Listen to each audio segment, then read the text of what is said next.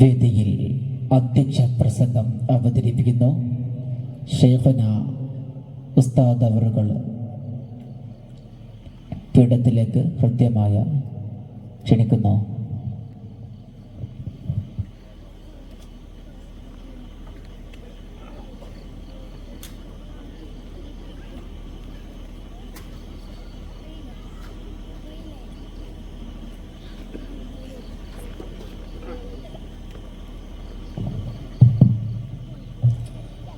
അൽഹംദുലില്ലാഹി വഹദഹ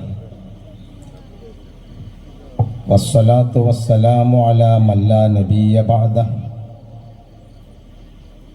വഅലാ ആലിഹി വസ്വഹാബിഹി അൽ മൂഫീന അഹദാ അമ്മാ ബഅദ് ഫഇന്ന അസ്ദഖൽ ഹദീസ് കിതാബുല്ലാഹ് വഖൈറൽ ഹദിയു ഹദിയു മുഹമ്മദിൻ സ്വല്ലല്ലാഹു അലൈഹി വസല്ലം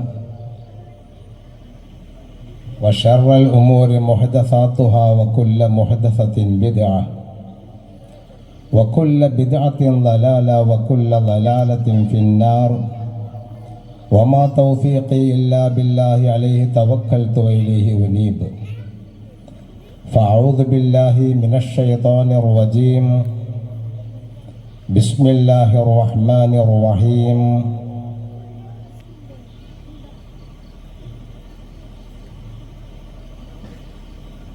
لقد جاءكم رسول من أنفسكم عزيز عليه ما عنتم حريص عليكم بالمؤمنين رؤوف رحيم صدق الله مولانا العظيم وصدق وبلغ رسوله النبي الكريم ونحن على ذلك من الشاهدين الشاكرين والحمد لله رب العالمين.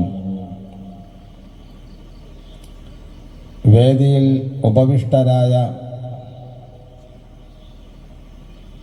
ഈ മഹല്ലിലെ കമ്മിറ്റി സെക്രട്ടറി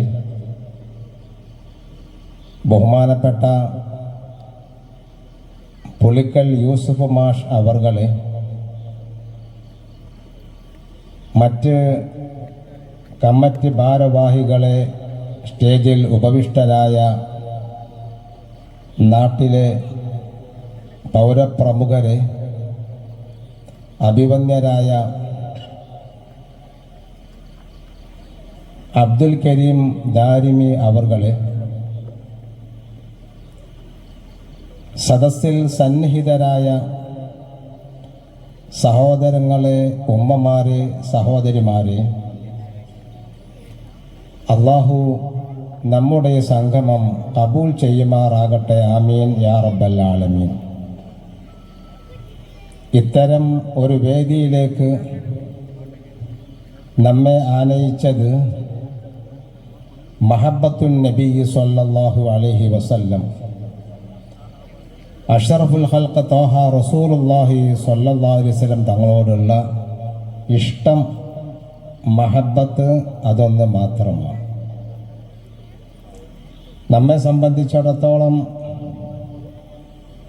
അള്ളാഹുവിനെ കഴിച്ചാൽ നമ്മൾ ഏറ്റവും സ്നേഹിക്കുന്ന മഹാനാണ് മുഹമ്മദ് മുസ്തഫ സ്വല്ലല്ലാഹു അലൈഹി വസല്ലം.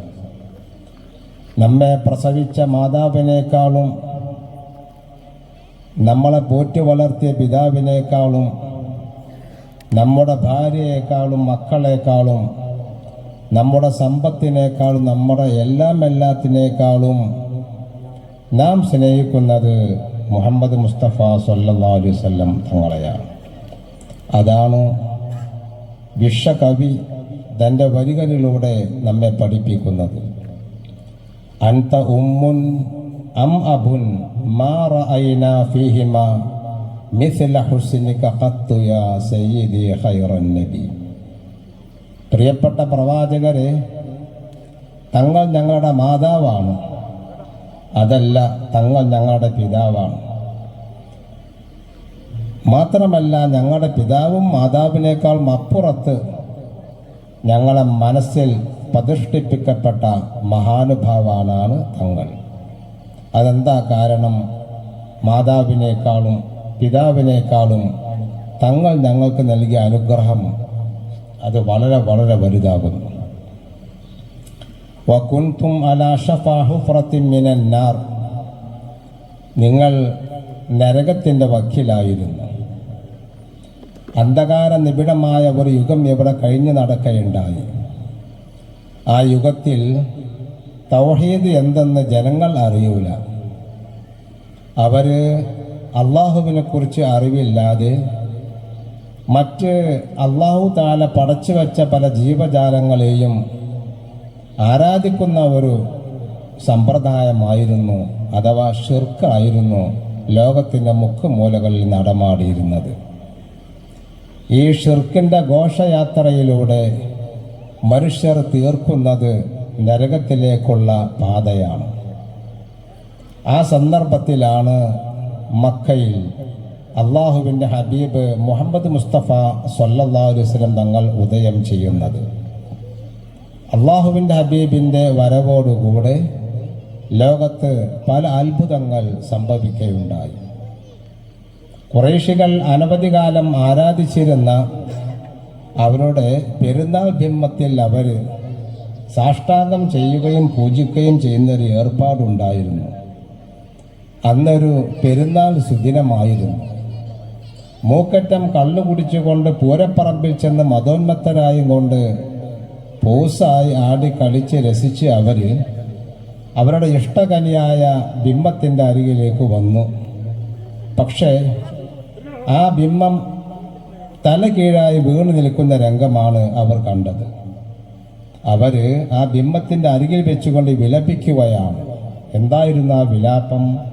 അയാ സോനമൽ ഈദില്ലദീ സഫ ഹൗലഹു സനാദീദു മിൻ വഫദിൻ ബഈദിൻ വമിൻ ഖുർബി തനക്കസ്ത മഖ്ലൂബൻ ഫമാദാക ഖുല്ലനാ ഫമിൻ ഹുസ്നിനാ ഖദ്ദറത്തിൽ ഐറു ബിസ്സുഹബി.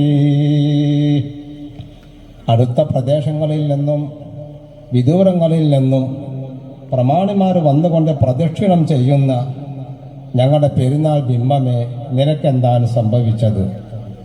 നീ തല കീഴായി വീണിരിക്കുന്നു, എന്താണതിൻ്റെ കാരണം? ഇങ്ങനെ അവർ വിലപിക്കുകയാണ് ഈ ബിംബത്തിൻ്റെ അരികിൽ വെച്ചുകൊണ്ട്.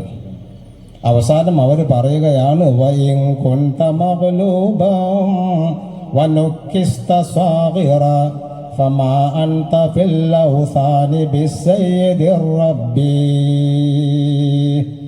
ഇത്രയൊക്കെ ഞങ്ങൾ പറഞ്ഞിട്ടും നിനക്ക് യാതൊരു അനക്കമില്ല, നീ നിർജീവിയായി വീണ് കിടക്കുകയാണ്. അതുകൊണ്ട് ഇനി മുതൽ നീ ഞങ്ങളുടെ പടച്ചവനല്ല, ഞങ്ങൾ നിന്നെ തള്ളുന്നു എന്ന് പറഞ്ഞ് ആ ബിംബത്തെ ഉപേക്ഷിച്ചുകൊണ്ട് ഈ അറബികൾ പിരിഞ്ഞു പോകാൻ സമയം ഒരു അശരീര ശബ്ദം അവർ കേൾക്കാനിടയായി. എന്തായിരുന്നു അത്? തറദ്ദാലി മൗലൂദിൻ അളഅത് ബിനൂരിഹി ജമീഉ ഫിജാജിൽ അർളി ഖൗഫൻ മിനർ റുഅബി വനാറു ജമീഇൽ ഫർസി ഖദ് ഖാമദത് ലഹു വഖദ് ബാത ഷാഹുൽ ഫുർസി ഫി അഅളമിൽ കർബി അയാ ലാ ഖുസൈൻ ഇർജിഉ വൻ ളലാലികും വഹുബ്ബു ഇലൽ ഇസ്ലാമി വൽ മൻസിലിർ വഹബി. അവർ കാണാത്ത ഒരു അശരീര ശബ്ദം കേൾക്കുകയാണ്. അതെന്തായിരുന്നു? ഓ അറബികളെ, നിങ്ങളുടെ ബിംബം തലകീഴായി വീണു, അതെന്താ നിങ്ങൾക്ക് മനസ്സിലായോ? ഈ ഒരു ബിംബമല്ല, ലോകത്തിൻ്റെ മുക്കുമൂലയിൽ പല ബിംബങ്ങളും തലകീഴായി വീണു. അതിൻ്റെ കാരണം മക്കയിൽ ആമിന ബീവിക്കൊരു കുഞ്ഞ് പിറന്നിട്ടുണ്ട്. ആ കുഞ്ഞിൻ്റെ പേരാണ് മുഹമ്മദ് മുസ്തഫ സ്വല്ലല്ലാഹു അലൈഹി വസല്ലം തങ്ങൾ. ആ കുഞ്ഞ് ഭൂജാതനായതോടുകൂടെ ഷിർക്കിൻ്റെ കോട്ടക്കൊത്തളങ്ങൾ നിർവീര്യമാകുന്നു, തകർന്നടിയുന്നു. ഇനി ഷിർക്കിന് ഇവിടെ നിലനിൽപ്പില്ല. ഇനി തൗഹീദിൻ്റെ കാലഘട്ടം പിറവിയെടുക്കുകയാണ്. മനുഷ്യൻ്റെ നന്മയിലേക്കുള്ള പാത ഇവിടെ വെട്ടിത്തെളിയിക്കപ്പെടുകയാണ്. അതുകൊണ്ട് നിങ്ങൾ വരാൻ പോകുന്ന ആ പ്രവാചകൻ കൊണ്ടുവരാൻ പോകുന്ന വിശുദ്ധ ഇസ്ലാം അത് ഉൾക്കൊള്ളാൻ ഖുസൈ എന്ന് പറയുന്ന പിതാവിൻ്റെ മക്കളെ, ഖുറൈശികളെ, നിങ്ങൾ തയ്യാറാകണമെന്ന് പറഞ്ഞുകൊണ്ടാണ് ആ അശരീര ശബ്ദം നിലക്കുന്നത്. നോക്കൂ നിങ്ങൾ, ഇങ്ങനെ ഒരു അനുഭവം ലോകത്ത് ഒരു സൃഷ്ടിക്കും അള്ളാഹു കൊടുത്തിട്ടില്ല. അത് മുഹമ്മദ് മുസ്തഫ സ്വല്ലല്ലാഹു അലൈഹി വസല്ലം തങ്ങൾക്ക് മാത്രമാകും. മാത്രമല്ല സാവാ തടാകം വറ്റി വരണ്ടു. പേർഷ്യക്കാർ അനവധി കാലം ആരാധിച്ചിരുന്ന തീക്കുണ്ടാരങ്ങൾ പൊലിഞ്ഞു. അതൊക്കെ ഷിർക്കിൻ്റെ വിവിധങ്ങളായ മേഖലകളാണ്. അതൊക്കെ പാളീസാകുന്ന ഇല്ലാതെയാകുന്ന കഥനീയമായ കഥയാണ് അവിടെ കാണപ്പെട്ടത്. അപ്പോൾ മുഹമ്മദ് മുസ്തഫ സല്ലല്ലാഹു അലൈഹി വസല്ലം തങ്ങളുടെ വരവ് ഷിർക്ക് ഇല്ലാതാകാനും തൗഹീദ് ഉണ്ടാകാനും വേണ്ടിയാണ്. ആ തൗഹീദ് കൊണ്ട് എന്തുണ്ട് നേട്ടം? നമ്മളെല്ലാവരും അല്ലാഹുവിനെ കുറിച്ച് മനസ്സിലാക്കാൻ സാധിച്ചു, മഹ്ശറയെക്കുറിച്ച് മനസ്സിലാക്കാൻ സാധിച്ചു. ഈ നശ്വരമായ ദുന്യാവ് ഇതിനോട് വിട പറഞ്ഞാൽ അനശ്വരമായ ഒരു വിശാലമായ ലോകം തുറക്കപ്പെടാൻ പോകുന്നു എന്ന ആ ആഖിറത്തെക്കുറിച്ചുള്ള വീണ്ടും വിചാരം നമുക്കുണ്ടായി. നമ്മൾ വ്യഭിചാരത്തോട് വിട പറഞ്ഞു, മോഷണത്തോട് വിട പറഞ്ഞു, ചതിയോട് വിട പറഞ്ഞു, അനാവശ്യമായ എല്ലാ പ്രവർത്തനത്തോട് വിട പറഞ്ഞു. നമ്മുടെ ജീവിതം അടിമുടൽ നന്നാക്കാൻ നമ്മൾ ശ്രദ്ധിക്കുകയാണ്. ഇതൊക്കെ ആരാണ് കാരണം? മുഹമ്മദ് മുസ്തഫ സല്ലല്ലാഹു അലൈഹി വസല്ലം തങ്ങൾ, പ്രിയപ്പെട്ട ഹബീബ്. അവിടുത്തെ ആ സംസ്കരണത്തിൻ്റെ ഓരോരോ ഭാഗങ്ങൾ നാം പരിശോധിക്കുമ്പോൾ നിറയുന്ന കണ്ണുകളോടും കൂടെ മാത്രമേ നമുക്കത് ഓർമ്മിക്കാൻ സാധിക്കുകയുള്ളൂ. കറുത്തവനായാലും വെളുത്തവനായാലും കുബേരനായാലും കുചേലനായാലും എല്ലാം സമമാണെന്ന് പഠിപ്പിച്ച പ്രവാചകൻ മുഹമ്മദ് മുസ്തഫ സല്ലല്ലാഹു അലൈഹി വസല്ലം തങ്ങൾ. മക്കം ഫത്ഹ് എന്ന് പറയുന്നത് ഇസ്ലാമിൻ്റെ ഏറ്റവും വലിയ വിജയത്തിൻ്റെ വെന്നിക്കൊടി പറപ്പിച്ച ഒരു സംഭവമായിരുന്നു.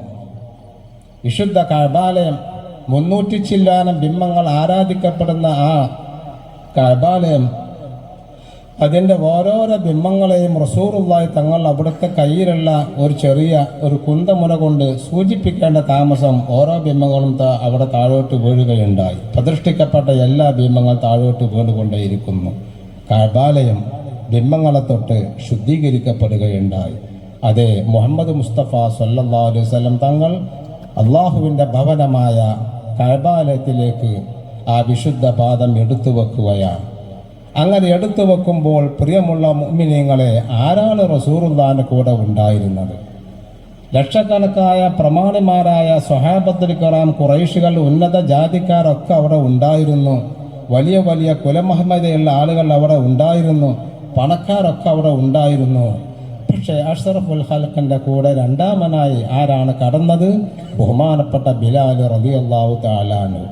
കാണാൻ അഴകില്ലാത്ത നീഗ്രോ വർഗക്കാരനായ മോചിപ്പിക്കപ്പെട്ട അടിമ, ആ മഹാനാണ് രണ്ടാമതായി റസൂലുള്ളാഹിന്റെ കൂടെ കഅബാലയത്തിൽ കാലെടുത്ത് വെച്ചത്. നമുക്ക് നിബിധങ്ങൾ കാണിച്ചു തരുന്ന നല്ല മാതൃക. ഇവിടെ ഗോത്രങ്ങൾക്ക് സ്ഥാനമില്ല, പണക്കാർക്ക് സ്ഥാനമില്ല. അതെല്ലാം ഭൗതികമായ നേട്ടങ്ങൾക്ക് വേണ്ടി മാത്രം മനുഷ്യർ വന്നാണ്. ഭക്തി കൊണ്ട് മാത്രമേ മനുഷ്യൻ രക്ഷപ്പെടുകയുള്ളൂ എന്നാണ് ഈ സംഭവം നമ്മെ പഠിപ്പിക്കുന്നത്. നോക്കൂ നിങ്ങൾ, മറ്റൊരു ഗവർണറാണ് ബഹുമാനപ്പെട്ട അബൂദർ ഗിഫാരി റളിയല്ലാഹു തആല അൻഹു. മഹാനവർകൾ ഈയിടെ ഇസ്ലാം മതം സ്വീകരിച്ചു. എങ്കിലും തൻ്റെ പ്രൗഢിയും പ്രതാപവും നിലക്കാതെ അദ്ദേഹം മുന്നോട്ട് ഗമിച്ചുകൊണ്ടിരിക്കുകയാണ്. അതിനിടെ നീഗ്രോ വർഗക്കാരനായ നാം നേരത്തെ പറഞ്ഞ ബിലാൽ റളിയല്ലാഹു തആല അൻഹു തങ്ങളുമായി ഒരു നേരിയ അസ്വരസമുണ്ടായി. ആ സമയത്ത് അബൂദർ ഗിഫാരി തൻ്റെ ആ പഴയ